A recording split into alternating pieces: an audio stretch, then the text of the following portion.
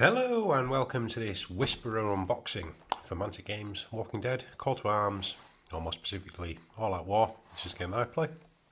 And okay, we better keep it down a little bit. Anyway, moving on. So, really excited about these resins from Mantic, and it's the first way. So that you've got the faction set.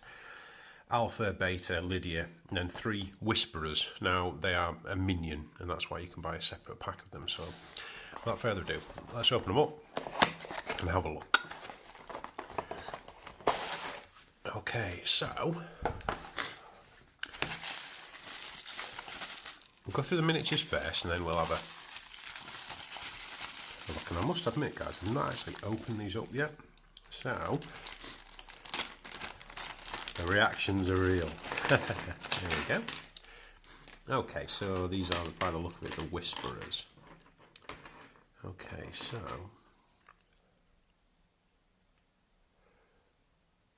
okay, the detail on that model is actually really nice. So that's Whisperer 1.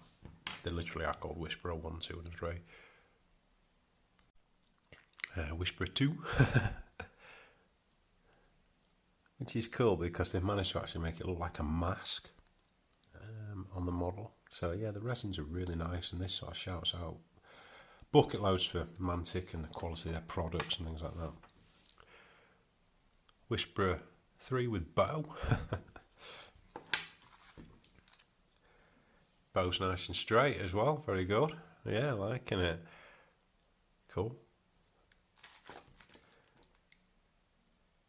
The bases as well are all resin, so, and that is as flat as a nut. That brilliant. So the Whisperers tend to have knives and things like that, so they're a totally different faction. Yeah, very impressed even down to that. You can see like the extra detail on the knife, so you can tell that they're resin. So they're the sort of standard Whisperers.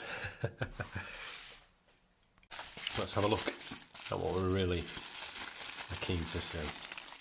Okay, so in here we should have Alpha, Beta and Lydia. Call me Alpha. Right, so where is she? There we go. There's Alpha. That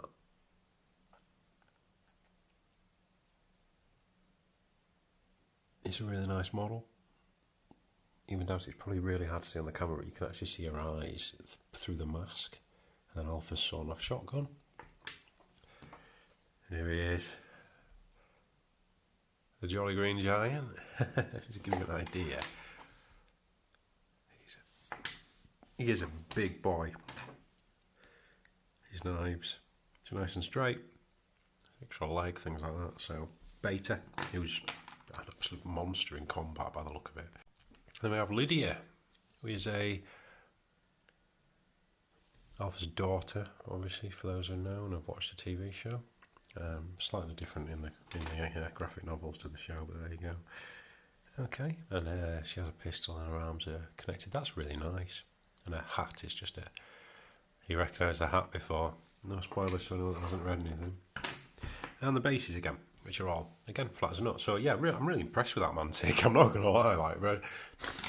We've all had resin from other more expensive companies, shall we say, and they can't produce a flat disc. You know? Okay, so they're the models. Very impressed. Looking forward to cracking those open. But let's have a look at the rules.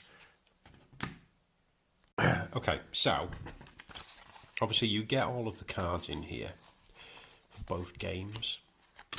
So if you play Call to Arms, which I don't currently, you get the entire faction set, and I can't really comment on what a lot of this does because I don't play this game yet, but yeah, they're all in there. Okay, so I'm going to put those to the side and concentrate on All Out War, and we'll start with the Whisperer faction rules. Okay, so Whisperers, so they all have the option they all have the keyword Whisperer, and as an action, a model with this keyword may move a walker in its kill zone at a shamble. Now, the way the game works, for those that don't know, every character has a kill zone that goes over the top, and walkers snap to them and attack them and are attracted to noise and so on and so forth. Well, Whisperers are the first faction that realistically can effectively use walkers as a weapon in the game. So they can move walkers, okay? In a multiple melee, walkers will always side with the model that is a Whisperer, okay? Obviously, if you're both Whisperers, it's with the group that has initiative. And this model adds to the dice pool for the walkers outnumbering rule. Yeah, just those that play will know how horrifically good that is. There is also the minion keyword, so you can recruit as many survivors with this special rule into your group as you like, even if they have the same name. So that's why you can have multiple Whisperers with bow, Whisperer with knife, so on and so forth. A minion cannot be the group leader, purchase any veteran skills, or have a piece of equipment greater than 15 points. Fair enough, they're minions. One of the herd. So another rule. This model always benefits from the masked scent keyword, meaning the walker won't go within an inch of them unless they create mayhem. So you're getting where Whisperers are pretty much immune to walkers, even when the threat level is high, which is absolutely brilliant. In addition, this model will not panic while there is at least one standing walker in its kill zone. Well, they're used to walkers, they dress up as them. If this model is targeted by a ranged attack, it may choose one walker in its kill zone that was also in range and line of sight to the attacker to take the hit instead. The walker becomes the new target of the attack. So these are the first factions where I want a load of walkers on the board and I want them surrounding my characters because they're weapons and they're cover. Models with this keyword performing any action that causes noise or mayhem, while there is a walker within 10 must roll a black dice. On a badge, they may perform the action as normal. On a blank, they must choose a different action. So Whisperers also want to be quiet. Okay. Models with this keyword may not equip items of the armour type, so that they don't have armour. They're a light, fast hitting. They use stealth, silence, and the walkers as their main weapons. Finally, if your group leader has one of the herd as a keyword, increase the number of walkers in play during setup by blue.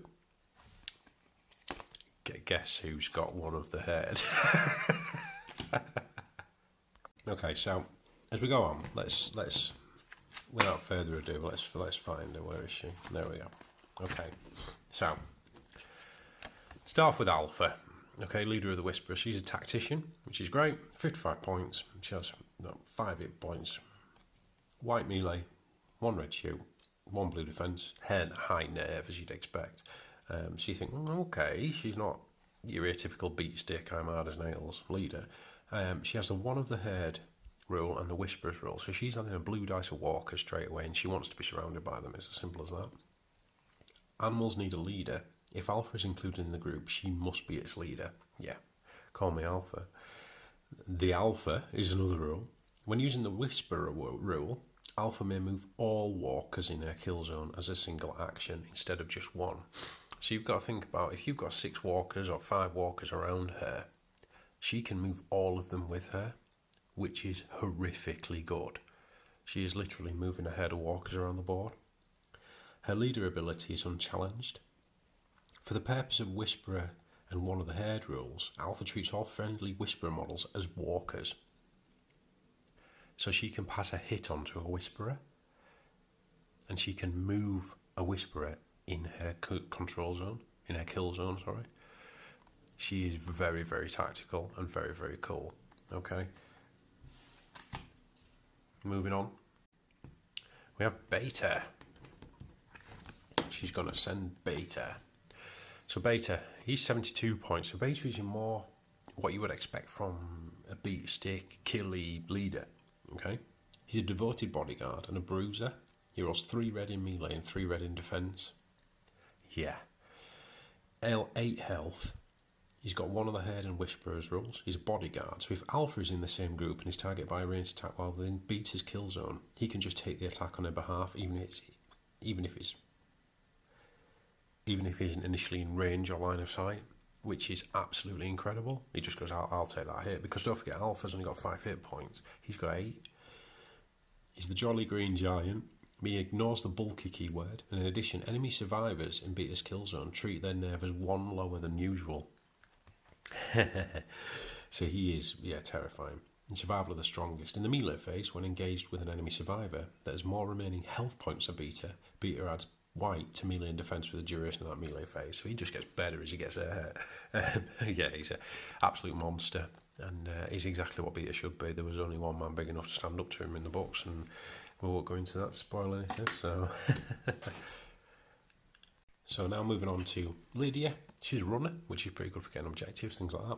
She's cross-faction, so she's a Whisperer, but she's also Rick's faction, Rick's group.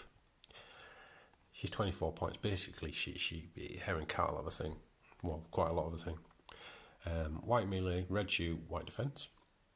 Medium nerve, she's got 3 hit points, so yeah, okay. She's a Whisperer, yeah. Divided loyalties, so if she wishes to target an enemy Alpha or an enemy Carl Grimes, the attacking model must first roll a badge on a black dice. On a blank, the attacker must choose a different target or a different action. It works both ways, so if Lydia wishes to target an enemy Alpha or Carl Grimes with an attack, or if Alpha or Carl Grimes wishes to target Lydia. So she's quite an interesting character, really, in that she may or may not do what you need her to do, but yeah. Quick, and Lydia can perform 2 move actions in the same turn, although she may not run twice. So she's really fast for getting around the board and things like that. She is a Whisperer, but she's not like a proper Whisperer, if that makes sense. So yeah, interesting. Lydia's going to be quite an interesting character, I think, to see how she interacts with things. And then we're on to Whisperers. So you get 3 in the box, and they are literally Whisperer 1, 2, and 3. We have Whisperer 1 is support, Whisperer 2 is a bruiser, and Whisperer 3 is a marksman. So they have slightly different dice combinations, and they all have one of the head and Whisperer with 3 hit points each. But at the points, there's a reason why I've got these, because I want 6 of these boys, because they're cheap. Okay, like 5 of them with equipment isn't going to cost you a great deal of daily points. You know, you want to get Beta and Alpha in there at least. I could probably live give or take Lydia. I'm not too fussed for her, but yeah, I think that this is an interesting mechanic, an interesting way of adding mass sort of chaff, so to speak, to your army. So they're the Whisperers. Equipment wise, we have some equipment which is obviously for the other game. Let's just fish it out. There we go. Now I believe these are for the other game. I may be wrong. Oh no. Okay. So we've got head spikes. At the start of the game, after deployment, place 3 head spikes on the board, not within the deployment zone, no closer than 10 to each other. These counters are impassable terrain and cause fear. I've marked the board up. Flaming arrows. So you attach it to a Whisperer bow. The attached weapon may target flammable scenery, so you can set things on fire, which is always cool. Look at the points on that. It's 12 points for a bow.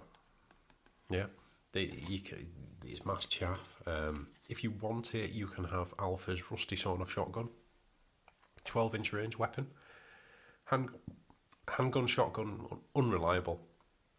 Adds red to a ranged attack roll. If I had 15 points spare, I would probably give it to Alpha, but don't forget it causes mayhem. So, you know. 2x4, can't beat just improvised bat. That's in there. Machete. So, amputate, dual wield. Sharp, and it adds white to an attack roll. Can't beat a machete, can you? There you go. Beta's hunting knives. They are just hunting knife, however, add red to your attack roll. So Beta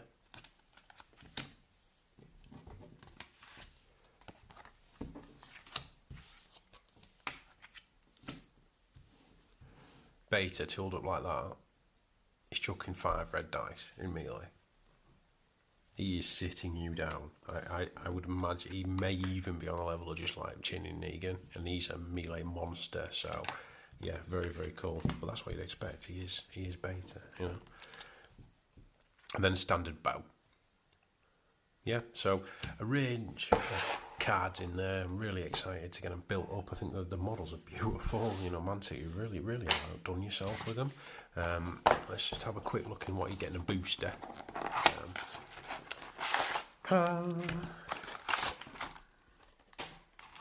Okay, so in the booster,